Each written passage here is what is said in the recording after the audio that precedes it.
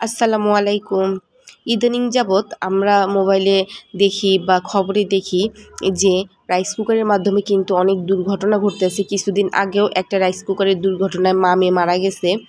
তো এখন কিন্তু সবার বাসায় কম বেশি রাইস কুকার আছে, আমার বাসাও আছে এবং আমার বাচ্চারা আছে।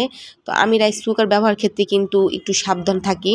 যখন রাইস কুকারটা চালু করি তখন বাচ্চাদের আশেপাশে রাখি না। তো আমি এখন ভাত রান্না করব। ভাত রান্নার ক্ষেত্রে যখন আমি এই রাইস কুকারের পাত্রটা আমি ওই হিটারের মধ্যে যখন বসাই তখন কিন্তু তলাটা ভালোভাবে মুছে নিই একটা সুতি কাপড় দিয়ে এবং চারো সাইডটা মুছে দিই, যাতে এটার মধ্যে পানি না থাকে এবং এই পানিটা যেন হিটারে না লাগে। এর মধ্যে কিন্তু দুর্ঘটনা ঘটার সম্ভাবনা থাকে। আর রাইস কুকার কিন্তু আমি একবারে বসানোর পর মানে সেট করার পরে তারপরে লাইনটা অন করি। আর আমি যখনই রাইস কুকারটা ইউজ করি তখন কিন্তু কাঠের হাতল ব্যবহার করি, কোনো রকম স্টিলের কিংবা প্লাস্টিকের হাতল ব্যবহার করি না। প্লাস্টিকের হাতল ব্যবহার করলে কিন্তু এটা গলে যাওয়ার সম্ভাবনা থাকে এবং এর মাধ্যমেও কিন্তু দুর্ঘটনা ঘটে।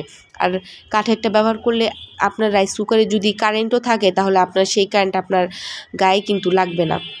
তো এই যে দেখেন আমি ভালোভাবে কিন্তু পরিষ্কার করে নিছি। এখন আমি এটা বসিয়ে দিব হিটারের উপরে।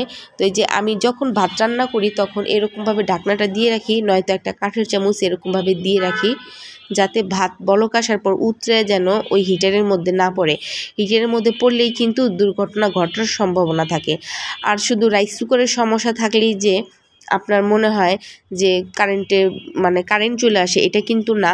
অনেক সময় কিন্তু গ্রামে গঞ্জে দেখবেন বিদ্যুতের পাওয়ার লোড কমে যায় এবং বেড়ে যায়। সেক্ষেত্রেও কিন্তু রাইস কুকারের উপরে বা বিভিন্ন ইলেকট্রনিক জিনিসের উপরে কিন্তু পাওয়ার কম বেশি হয়ে যায়, তখনও কিন্তু দুর্ঘটনা ঘটার সম্ভাবনা থাকে। সেই দিকটাও কিন্তু আমাদের লক্ষ্য রাখতে হবে। আর পাওয়ার কম বেশি হয়ে গেলে সেই সময় আমরা রান্না থেকে বিরত থাকব, পুনরায় যখন ঠিক হয়ে যাবে তখন কাজ করব। তো আমি এই যে ভাতটা বসিয়ে দিতেছি, সব কিছু সেট করার পরেই কিন্তু আমি আমার লাইনটা দিয়ে দেব। আর এই যে কেবলটা যে আছে তারটা, সেটাও কিন্তু চেক করতে হয়। অনেক সময় তেলাপোকা কেটে রেখে বা ইঁদুরে কেটে রেখে এগুলো চেক করতে হবে, সবসময় পরিষ্কার পরিচ্ছন্নতা রাখতে হবে। আর রাইস কুকার যখন অনবস্থায় থাকবে তখন আমরা রাইস কুকারের পাত্র কিংবা যে হিটারের পাত্রটা আছে সেখানে আমরা হাত দেওয়া থেকে বিরত থাকাই ভালো। আপনি দূর থেকে চামচের মাধ্যমে রান্না করবেন। এখন আমি ইয়ালিফের জন্য মুরগি রান্না করতেছি। ভাত রান্নার অনেকক্ষণ পরে মুরগিটা রান্না করতেছি যখন রাইস কুকারটা ঠান্ডা হয়েছে। আর আপনারা আমার ভিডিওতে দেখবেন আমি বেশিরভাগ সময় কিন্তু রাইস কুকারেই রান্না করি। তো আমার যেটা আমার কাছে সুবিধা মনে হয় আমি সেইটাই করি। তো যত সতর্ক থাকি তারপরও মনে করেন ভাগ্যের যদি দুর্ঘটনা থাকে সেটা তো আর এড়ানো সম্ভব না। তারপরও মনে করেন যে আমরা যারা এই রাইস কুকার বা অনেকে গ্যাস সিলিন্ডার দিয়েও কিন্তু বিস্ফোরণ হয়। তো সতর্ক থাকা ভালো। তারপর জন্ম মৃত্যু এগুলো হয়েছে আল্লাহর হাতে। তো মৃত্যু যদি এই রাইস কুকার বা এইসবের মাধ্যমে লেখাই থাকে তাহলে তো হবেই। তারপর আমি সবাইকে অনুরোধ করব আপনারা সবাই যার যার দিক থেকে সতর্ক থাকবেন, যাদের ঘরে বাচ্চারা আছে তাদেরকে সতর্ক রাখবেন। তো আমি রান্নার ক্ষেত্রে কিন্তু আমার বাচ্চাদেরকে দূরে সরায় রাখি।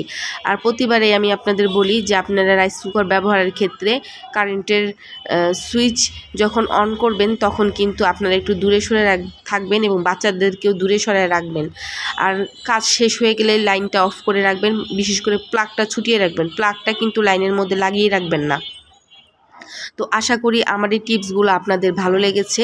আমার এই টিপসগুলি ভালো লাগলে দয়া করে এটা বেশি বেশি শেয়ার করে দিন, যাতে অন্যরাও জানতে পারে।